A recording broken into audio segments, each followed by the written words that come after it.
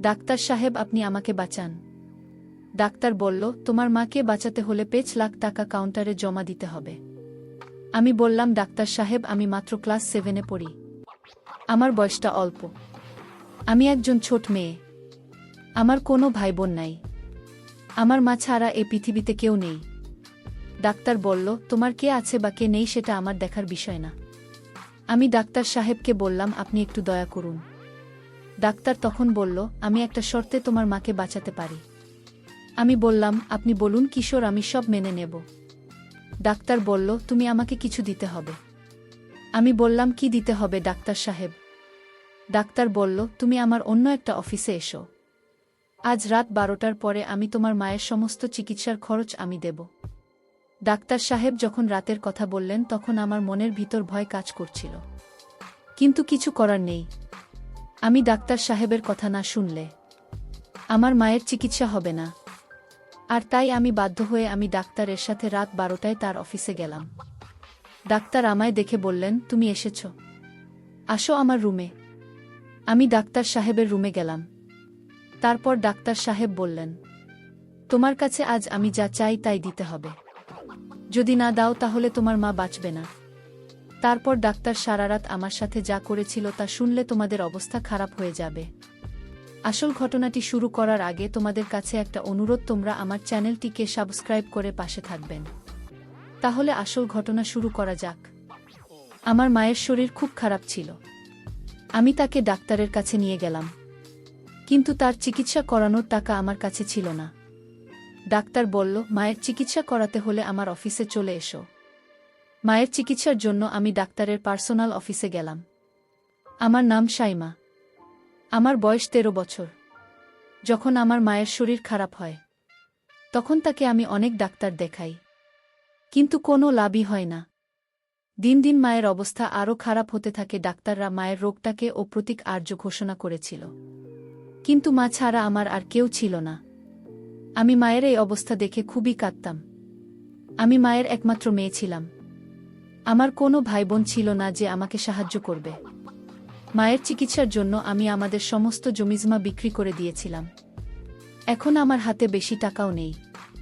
মায়ের অসুস্থতার খবর পেয়ে একদিন কাকা আমাদের বাড়িতে এসে বলে, তোমাদের উপর দিয়ে এত ঝড় বয়ে গেছে, আর তোমরা আমাকে একবার খবর দাওনি। একবার যদি আমাকে ফোন করতে, তাহলে তো আমি চলে আসতাম। আমি কাকে কি আর বলব, অনেকবার আমি কাকার বাড়িতে ফোন করেছিলাম আমাদের অবস্থার কথা বলার জন্য, কিন্তু কাকিমা প্রত্যেকবার আমাকে অপমান করে ফোন কেটে দিয়েছিল। কাকিমা বুঝতে পেরেছিল যে আমি তার স্বামীর আর ছেলের কষ্ট করে রোজগার করা টাকা খরচা করতে চাই। কাকা মায়ের সাথে অনেক কথা বলার মা চুপ করে শোনান। মায়ের সাথে কথা শেষ হওয়ার পর কাকা আমাকে বলল, সাইমা, তোমার জিনিসপত্র গুছিয়ে নাও, তোমরা আমার সাথে আমার বাড়িতে যাবে। আমার একবারে ইচ্ছে ছিল না তো কাকার বাড়িতে যাওয়ার। কাকার ছেলেকে আমার পছন্দ নয়, কিন্তু কাকা বলল, যতদিন না আমার মা পুরোপুরি সুস্থ হচ্ছে ততদিন আমরা তাদের বাড়িতে থাকব। আর কাকার বাড়িতে থাকা মানে রোজ কাকিমার কথা শোনা। কাকিমা এমনিতেই আমার সৌন্দর্য দেখে হিংসা করত। সে বলতো আমি সব ছেলেকে আমার রূপের জালে ফাঁসায়, কিন্তু কাকা জোর করল, তাই আমাকে বাধ্য হয়ে জিনিসপত্র গোছাতে হলো। কাকা আমাদের তার বাড়িতে নিয়ে গেল। কাকি তো এই খবরটা পেয়ে গোটা বাড়ি মাথায় তুলে বলতে লাগল, এমনিতে এত খরচ, তার উপর আরও 2জন মানুষকে বাড়িতে নিয়ে এলে এদের খাওয়া পড়া খরচা কে দেবে? তখন কাকা গিয়ে কাকির কানে কানে কিছু একটা বলার কাকি চুপ করে গেল। কাকি আমাকে বল, যাও সাইমা, তোমার মাকে নিয়ে ঘরে যাও। আমি যেতে যেতে ভাবতে লাগলাম যে কাকা কি এমন বলল কাকিকে যে কাকি এরকম বদলে গেল। কিন্তু কিছুক্ষণ পর আমি ব্যাপারটা ভুলে গেলাম আর মাকে নিয়ে চিন্তা করতে শুরু করলাম। আমি ভাবলাম যে আমি যদি শহরে কোনো ছোটখাটো একটা চাকরি খুঁজে নিই তাহলে মায়ের চিকিৎসার টাকা জোগাড় করতে পারব। কিন্তু আমার চিন্তা ছিল যে কাকা যদি আমাকে চাকরি করতে না দেয়। পরের দিন সকালে উঠে আমি প্রথমে রান্নাঘরে গেলাম কিছু খাবারের বন্দোবস্ত করতে। তখন কাকি রান্নাঘরে এসে আমাকে বলল, দেখো সাইমা, এখন তো তোমাকে আর তোমার মাকেই বাড়িতে থাকতে হবে। তুমি তো জানো জিনিসপত্রের দাম কি রকম বেড়েছে। তুমি এক কাজ করো, শহরে কোনো ছোটখাটো একটা চাকরি খুঁজে নাও, তাহলে কিছু না হোক মায়ের ওষুধ খরচা তো তুমি দিতে পারবে। বাকি ব্যবস্থা আমি আর তোমার কাকা করে নেব, সে নিয়ে তোমায় ভাবতে হবে না। আমি কাকির এই রোগটা কোনোদিনও দেখিনি। তার ব্যবহার একদম বদলে গিয়েছিল, আমার মায়ের খুব ভালোভাবে খেয়াল রাখছিল। আমি দেখে অবাক হলাম যে এক রাতের মধ্যে কাকে এতটা কি করে বদলে গেল। কাকা কি এমন বল কাকিকে যে সে নিজেকে বদলাতে বাধ্য হল? সে যাই হোক, সে আমার সাথে খুব ভালো ব্যবহার করছিল। আমি তো এ বিষয়ে খুশি ছিলাম যে আমি এখন চাকরি করতে পারব, কেউ আমাকে বাধা দেবে না। আমি ঘরে এসে মাকে বললাম যে আমি চাকরি করতে চাই, কারণ আমি জানি মায়ের এটা জানা দরকার। তার মেয়ে সারাদিন কোথায় থাকবে? মা আমাকে চাকরি করতে বারণ করল না। মা ও বুঝতে পেরেছিল যে এখন আমরা কাকার বাড়িতে আছি, তাই নিজেদের খরচা যতটা সম্ভব নিজেদেরকেই চালাতে হবে। শহরে আমার একটা বন্ধু ছিল, তার নাম সুমন। আমি তাকে ফোন করে সব কথা বললাম। সে বলল, সাইমা, তুমি আমাকে 2 দিন সময় দাও, আমি চেষ্টা করছি আমার অফিসে তোমাকে একটা কাজ জোগাড় করে দিতে। যদি তোমার এখানে কাজটা হয়ে যায় তাহলে খুব ভালো হবে, আমরা 2 বন্ধু একসাথে কাজ করতে পারব। কথা শুনে আমি খুব খুশি হলাম, কারণ আমি প্রথমবার শহরে কাজ করতে যাব। কিন্তু আমার ভয় লাগছিল এই ভেবে যে শহরের পরিবেশটা কেমন হবে, আমি ওখানে গিয়ে মানিয়ে নিতে পারব কিনা। এই ভাবতে ভাবতে 2 দিন কেটে গেল। 2 দিন পর সুমন আমার বাড়িতে চলে এলো। সে বলল, সাইমা, তোমার ভাগ্যটা খুবই ভালো, কাল আমি অফিসে তোমার কথা বলতে ওরা তোমাকে নিতে রাজি হয়ে গেল। ওদের একটা ভালো মেয়ের দরকার ছিল, এটাও বলেছে যে তোমাকে ভালো পারিশ্রমিক দেওয়া হবে। সুমনের কথা শুনে আমি খুব খুশি হলাম, কিন্তু আমার চিন্তা হয় যে অফিসের মালিক কেমন হবে। পরের দিন সকালে আমি সুমনের সাথে অফিসে এলাম। এসে আমি জানতে পারলাম যে মালিক আমাকে কাজে রেখেছেন। তিনি কোনো কাজে কিছু দিনের জন্য শহরের বাইরে গেছেন। এটা একটা সার্জিক্যাল কোম্পানি ছিল, যেখানে চিকিৎসার সরঞ্জাম তৈরি হতো। প্রথম কদিন আমাকে সুমনের সাথে রাখা হতো, যাতে আমি ভালো করে কাজ শিখতে পারি। প্রথম দিন আমার অফিসে আসতে অস্বস্তি হচ্ছিল, কিন্তু আস্তে আস্তে আমি এখানে পরিবেশের সাথে নিজেকে মানিয়ে নিলাম।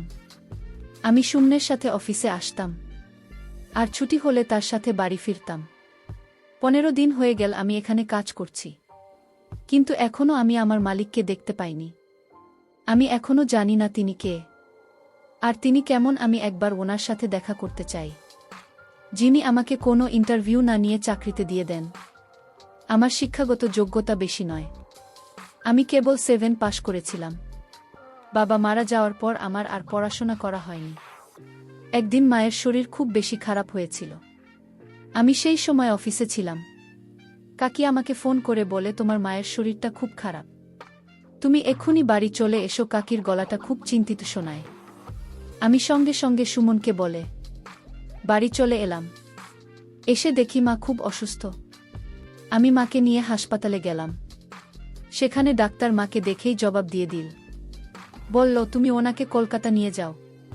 তখন আমার কাছে বেশি টাকাও ছিল না, কিন্তু তাও আমি মাকে কলকাতা নিয়ে এলাম। আমি চাই না থাকার জন্য মায়ের চিকিৎসা বন্ধ হয়ে যাক। কলকাতা নিয়ে এসে আমাকে হাসপাতালে ভর্তি করিয়ে দিলাম। ওখানে ডাক্তার আমাকে ধৈর্য ধরতে বলে, তারা তাদের দিক থেকে পুরো চেষ্টা করছে। এদিকে আমার কিছুই ভালো লাগছিল না, মনে হচ্ছিল না যে কোনো সময় আমাকে ছেড়ে চলে যেতে পারে। তারপর আমি পৃথিবীতে পুরোপুরি একা হয়ে যাব। প্রায় 24 ঘন্টা পর ডাক্তার আমাকে তার অফিসে ডাকেন, আর দেখে বলেন, তোমার মায়ের অবস্থা খুব খারাপ, তার হার্টের অবস্থা খুব খারাপ হয়ে গেছে। আমাদের এখনই তার চিকিৎসা শুরু করতে হবে। তার জন্য তোমাকে 5 লাখ টাকা জমা দিতে হবে, তবে আমরা তোমার মায়ের চিকিৎসা শুরু করতে পারব। এত মোটা টাকার অঙ্ক শুনে তো আমার হাত পা কাঁপতে থাকে। আমি ভাবতে থাকি, এতগুলো টাকা আমি কোথা থেকে জোগাড় করব। ডাক্তার সাহেব মনে হয় আমার অবস্থাটা বুঝতে পারছিলেন। তিনি আমাকে জিজ্ঞেস করেন, তোমার কিছু অসুবিধা থাকলে আমায় বলতে পারো। আমি আমার 2 হাত দিয়ে মুখ থেকে কাঁদতে লাগলাম, আর কাঁদতে কাঁদতেই বললাম, ডাক্তার সাহেব, আমার কাছে এত টাকা পয়সা নেই। আমি আমার মায়ের চিকিৎসাও করাতে চাই, কিন্তু আমার কাছে একটা টাকাও নেই। আপনি বলে দিন, কি এমন করলে আমি আমার মায়ের চিকিৎসা করাতে পারব। আমি অনেক কষ্টে টাকার ব্যবস্থা করে ওনাকে কলকাতা নিয়ে এসেছি। ডাক্তার সাহেব চিন্তায় পড়ে যান।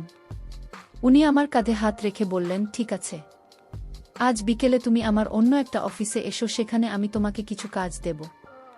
আর টাকাও দেব, যেটা দিয়ে তুমি তোমার মায়ের চিকিৎসা করাতে পারবে। তুমি যদি আমার কথা না শোনো তাহলে তোমাকে আর বাঁচানো যাবে না। আমি কোনোভাবেই মাকে হারাতে চাই না। তাই আমি ডাক্তার সাহেবের কথা মেনে নিলাম। বিকেলে আমি ডাক্তার সাহেবের দেওয়া ঠিকানায় গিয়ে পৌঁছালাম। যেখানে উনার আরও একটা অফিস আছে, সেখানে গিয়ে আমার একটা বড় ঝটকা লাগল। কারণ সেটা সেই অফিস যেখানে আমি সুমনের সাথে অফিসের কাজ করি। সন্ধে 7টা বাজছিল, ডাক্তার সাহেব আমার জন্য অপেক্ষা করছিলেন। তিনি আমাকে দেখে হাত ধরে তার অফিসে নিয়ে আসেন এবং বসতে বলেন। আমার একটু ভয় করছিল, কারণ অফিসে আমি একদম একা ছিলাম। কিছুক্ষণ বসার পর ডাক্তার সাহেব বললেন, তুমি তোমার মায়ের চিকিৎসা করাতে চাও, তাই না? তুমি আমার জন্য কি করতে পারবে? আমি বললাম, স্যার, আপনি যা বলবেন আমি তাই করব। আপনি শুধু আমার মাকে বাঁচিয়ে দিন। আমার কথা শুনে ডাক্তার সাহেব কিছুক্ষণ ভেবে বললেন, তোমাকে আমার অফিসে কয়েক রাত থাকতে হবে। আমি তোমার থেকে যা চাইব তোমাকে তাই দিতে হবে। তুমি যদি আমার কথা শোনো তাহলে তোমার মায়ের চিকিৎসার সব খরচ আমি দেব। আর যদি না শোনো তাহলে কালকে তোমাকে নিয়ে অন্য কোনো হাসপাতালে চলে যেও। উনার কথা শোনা ছাড়া আমার আর কোনো উপায় ছিল না। আমি বুঝতে পারছিলাম না ডাক্তার সাহেবের নজর আমার অন্যদিকে। আমি বললাম, স্যার, আপনি আমাকে অফিসের কাজ দিন, আর প্রতি মাসের পারিশ্রমিকটা আপনি রেখে দেবেন। উনি বললেন, তুমি সত্যিই খুব সরল, এতগুলো টাকা কি কেউ এমনি এমনি দেয়? তুমি আমাকে খুশি করতে পারলে আমি তোমার মায়ের চিকিৎসা করব। বাধ্য হয়ে আমাকে মায়ের চিকিৎসার জন্য ডাক্তার সাহেবের কথায় আমার রাজি হতে হয়। তারপর ডাক্তার সাহেব আমার সাথে, বন্ধুরা, সেটা আমি ভাষায় প্রকাশ করতে পারছি না। আসলে আমি একটা ছোটখাটো মেয়ে। আমি ডাক্তার সাহেবকে বলেছিলাম, ডাক্তার, আমার তো তেমন বয়স হয়নি। তারপরও ডাক্তার আমার কোনো কথা শুনল না। এছাড়া তো আমার আর কোনো উপায় ছিল না। আমার নিজের উপরই ঘেন্না হচ্ছিল। পৃথিবীর সমস্ত ডাক্তারদের উপরে রাগ হচ্ছিল। মনে হচ্ছিল এরা কেমন ডাক্তার, রোগীদের প্রাণ বাঁচানোর জন্য। এরা লোকদের যা ইচ্ছা তাই করে। দুর্বলতার সুযোগ নিয়ে তারা এসব করে। আমার নিজের উপর রাগ হয় এই ভেবে যে আমি এরকম একটা জায়গায় চাকরি করছিলাম। আমি যদি জানতাম যে সুমন আমাকে যে অফিসে কাজ করতে নিয়ে যাচ্ছে সেখানে ডাক্তার এরকম, তাহলে আমি কখনোই চাকরিটা করতাম না। আমি যখন পরের দিন কোনো রকমে নিজেকে সামলে হাসপাতালে গেলাম, তখন জানতে পারলাম যে ডাক্তার সাহেব 2-3 দিনের জন্য কোনো কাজে বাইরে গিয়েছেন। আমার ওনার উপরে খুবই রাগ হলো। উনি আমার মায়ের চিকিৎসা করাবেন বলে আমাকে তার সকল কথা মানতে হলো। আর তারপর নিজেই শহরের বাইরে চলে গেলেন। আমি ভাবতে লাগলাম যে এখন আমি মাকে নিয়ে কোথায় যাব। তখন আমার মনে হলো যে আমি নিজের সম্মানও হারালাম, আর নিজের মাকেও বাঁচাতে পারলাম না। আমি খুব কাঁদতে শুরু করলাম। সেই সময় ওখানে একজন নার্স এসে বললেন, ডাক্তার সাহেব আপনার মায়ের সমস্ত টাকা জমা করে দিয়েছে। উনার চিকিৎসা শুরু হয়ে গেছে। আপনি কোনো চিন্তা করবেন না। উনি 2-3 দিন পর ফিরে আসবেন। এটা শুনে আমি কিছুটা স্বস্তি পেলাম। মায়ের প্রাণটা তো বেঁচে যাবে। কিন্তু আমি এখন এই মুখ নিয়ে কোথায় গিয়ে দাঁড়াবে? মায়ের চিকিৎসার জন্য আমি ভুল পথে হেঁটেছি। আমি এখন এই বিষয় নিয়ে ভাবতে চাই না, কারণ আমি যতই ভাবো তো নিজের কাছে ছোট হয়ে যাব। মায়ের চিকিৎসা শুরু হয়েছিল। আমি ভগবানের কাছে প্রার্থনা করতে লাগলাম যে উনি যেন আমার মাকে সুস্থ করে দেন, আর আমি যেটা করেছি তার জন্য আমাকে ক্ষমা করে দেন। আমি ভগবানকে বলতে লাগলাম যে আমি কখনোই চাইনি, কারো সাথে জড়াতে চাইনি আমার মাকে বাঁচানোর জন্য। আমি যদি ডাক্তারের কথা না শুনতাম তাহলে পয়সার অভাবে আমার মায়ের চিকিৎসা হতো না করে জানাবেন না, আর আমার মা মারা যেতেন। আমি যখন প্রার্থনা করছিলাম তখন কাকা কাকি হাসপাতালে আসে। এসে আমাকে জড়িয়ে ধরে কাঁদতে শুরু করে। কাকিকে কাঁদতে দেখে আমি অবাক হয়ে গেলাম। আমি বললাম, তোমরা কাজ কেন? চিন্তা করো না, মা ঠিক হয়ে যাবে। কাকা বললেন, আমরা তোমায় কোথায় না খুঁজেছি। আমি আর তোমার কাকি কলকাতার কোনায় কোনায় তোমাকে খুঁজে বেরিয়েছি। তুমি কোথায় চলে গিয়েছিলে একবার তো আমাদের ফোন করে জানাতে পারতে যে তুমি তোমার মাকে নিয়ে এই হাসপাতালে এসেছ। আমি মনে মনে ভাবলাম, কাকা, আপনাকে কি আর বলতাম? আমার বলার কিছুই বাকি নেই। কাকি আমার সাথে খুব ভালোভাবে কথা বলছিলেন। কিছুক্ষণ পর কাকা কাকিকে ইশারায় বলেন, তুমি এদিকে এসো, আমার তোমার সাথে কিছু কথা আছে। কাকার কথা শুনতে চলে গেল। আর এদিকে আমি আমার মাকে নিয়ে আমার বাসায় চলে এলাম। পরিশেষে একটা কথা দর্শকদের উদ্দেশ্য করে বলতে চাই। আমাদের সমাজে এমন কিছু ডাক্তার রয়েছে, তারা ডাক্তার নামের কলঙ্ক। তারা মানুষের দুর্বলতার সুযোগ নিয়ে মানুষের সাথে খারাপ আচরণ করে। আর এরকম ঘটনা আমাদের সমাজে বিভিন্ন দেশে ঘটছে।